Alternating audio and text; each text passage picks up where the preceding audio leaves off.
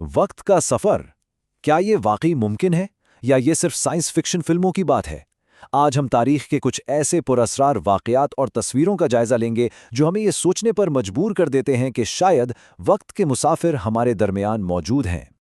تو پھر آئیے ان ثبوتوں کی دنیا میں قدم رکھتے ہیں اور دیکھتے ہیں کہ سچائی کیا ہے۔ ہماری پہلی منزل ہے سال 1941، جہاں سے ایک ایسی تصویر سامنے آئی جسے اکثر ٹائم ٹریولنگ ہپسٹر کہا جاتا ہے۔ یہ ایک ایسی تصویر ہے جو آج بھی دیکھنے والوں کو حیران کر دیتی ہے۔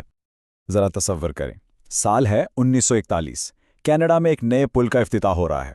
ہر طرف اس دور کے لوگ ہیں، اپنے زمانے کے لباس میں، مگر اسی بھیڑ میں ایک شخص ایسا بھی تھا جو بالکل الگ، بالکل مختلف نظر آ رہا تھا۔ اب ذرا اس شخص کو غور سے دیکھیں، اس کے دھوپ کے چشمے، اس کی پرنٹڈ ٹی شرٹ اور ہاتھ میں پکڑا ہوا کیمرہ، یہ سب کچھ اپنے آس پاس موجود لوگوں سے بالکل میل نہیں کھاتا۔ ایسا لگتا ہے جیسے یہ شخص مستقبل سے سیدھا اس تقریب میں آ گیا ہو۔ تو یہاں دو کہانیاں بنتی ہیں۔ ایک نظریہ یہ ہے کہ اس کا پورا انداز، اس کا لباس اپنے وقت سے بہت آگے تھا، اور دوسرا نظریہ، ماہرین کا کہنا ہے کہ یہ سب چیزیں 1941 میں ملتی تو تھیں لیکن بہت نایاب تھیں۔ تو کیا یہ صرف ایک ایسا شخص تھا جس کا فیشن اپنے دور سے آگے تھا، یا یہ وقت میں سفر کا کوئی ثبوت ہے؟ چلیں اب اگلے ثبوت کی طرف بڑھتے ہیں۔ یہاں معاملہ اور بھی دلچسپ ہو جاتا ہے، کیونکہ ہمیں ایک نہیں بلکہ دو ایسے واقعات ملتے ہیں جہاں ٹیکنالوجی اپنے وقت سے پہلے نظر آتی ہے، اور دونوں کا تعلق ایک ایسی چیز سے ہے جسے آج ہم سب موبائل فون کے نام سے جانتے ہیں۔ یہ دونوں واقعات 20ویں صدی کے شروع میں پیش آئے، ایک 1928 میں اور دوسرا ٹھیک 10 سال بعد 1938 میں، اور دونوں میں ایک عجیب سی بات مشترک ہے۔ لوگ ایسی حرکتیں کرتے نظر آتے ہیں جو موبائل فون کے بغیر تقریباً ناممکن لگتی ہیں۔ پہلا واقعہ 1928 کی ایک مشہور چارلی چیپلن فلم سے ہے۔ فلم کے ایک سین میں پس منظر میں کچھ ایسا کیمرے میں قید ہو گیا جو اس زمانے میں تو بالکل نہیں ہونا چاہیے تھا۔ دیکھیں پس منظر میں چلتی ہوئی یہ خاتون، اس نے اپنا ہاتھ کان پر بالکل ویسے ہی رکھا ہوا ہے جیسے کوئی فون پر بات کر رہا ہو۔ اس کے تاثرات اور انداز آج کے دور کے کسی بھی موبائل فون استعمال کرنے والے جیسے ہیں، لیکن یاد رہے یہ سال 1928 ہے جب پورٹیبل فون کا تو کوئی تصور ہی نہیں تھا۔ جو لوگ اس نظریے کو مانتے ہیں وہ کہتے ہیں کہ یہ محض اتفاق نہیں ہو سکتا، یہ تاریخ کے بہاؤ میں ایک گلچ ہے، ایک ایسی خرابی جو ہمیں بتاتی ہے کہ سب کچھ اتنا سیدھا نہیں جتنا نظر آتا ہے۔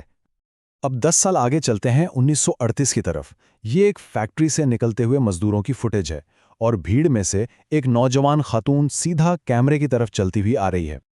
یہ خاتون بھی اپنے کان سے ایک چیز لگائے ایسے بات کر رہی ہے جیسے فون پر ہو، بالکل چارلی چاپلن کی فلم والے منظر کی طرح۔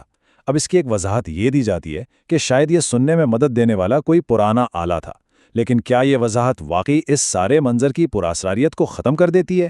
یہ سوال باقی رہتا ہے۔ اب اپنی تحقیق کو ہم ہزاروں سال پیچھے لے کر چلتے ہیں، سیدھا قدیم مصر کے مندروں میں، جہاں پتھروں پر کچھ ایسی تصویریں بنی ہوئی ہیں جو آج کی جدید ٹیکنالوجی سے ناقابل یقین حد تک ملتی جلتی ہیں۔ مصر کے ایک پرانے مندر کی دیوار پر بنے ان نقوش کو دیکھیں۔ ان میں ایک ہیلی کاپٹر، ایک آبدوز اور ایک ہوائی جہاز جیسی شکلیں صاف نظر آتی ہیں۔ سوچنے کی بات یہ ہے کہ ہزاروں سال پہلے جب ان چیزوں کا کوئی وجود ہی نہیں تھا تو یہ نقش کیسے بنائے گئے؟ اچھا، سائنسدان اس کی ایک وضاحت دیتے ہیں جسے پلمپیس تھیوری کہتے ہیں۔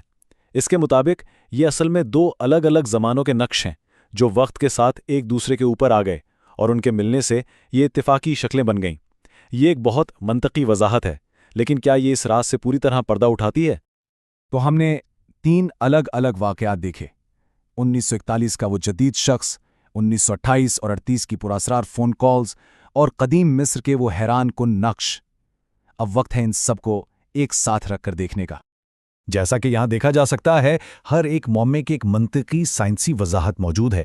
ہپسٹر کے لیے جدید فیشن، فون کالز کے لیے سننے میں مدد دینے والے آلات، اور مصری نقوش کے لیے وہ پیلمسٹی تھیوری، یہ سب وضاحتیں اپنی جگہ بالکل ممکن لگتی ہیں۔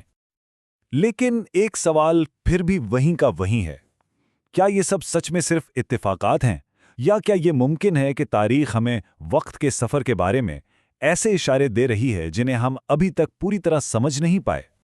اس کا حتمی جواب شاید کبھی نہ ملے، لیکن یہ ہمیں سوچنے پر مجبور ضرور کرتا ہے، اور یہی سوال ہم سب کے لیے ہے کہ اگر کسی کو وقت میں سفر کرنے کا موقع ملے تو وہ ماضی یا مستقبل کے کس لمحے کو دیکھنا پسند کرے گا؟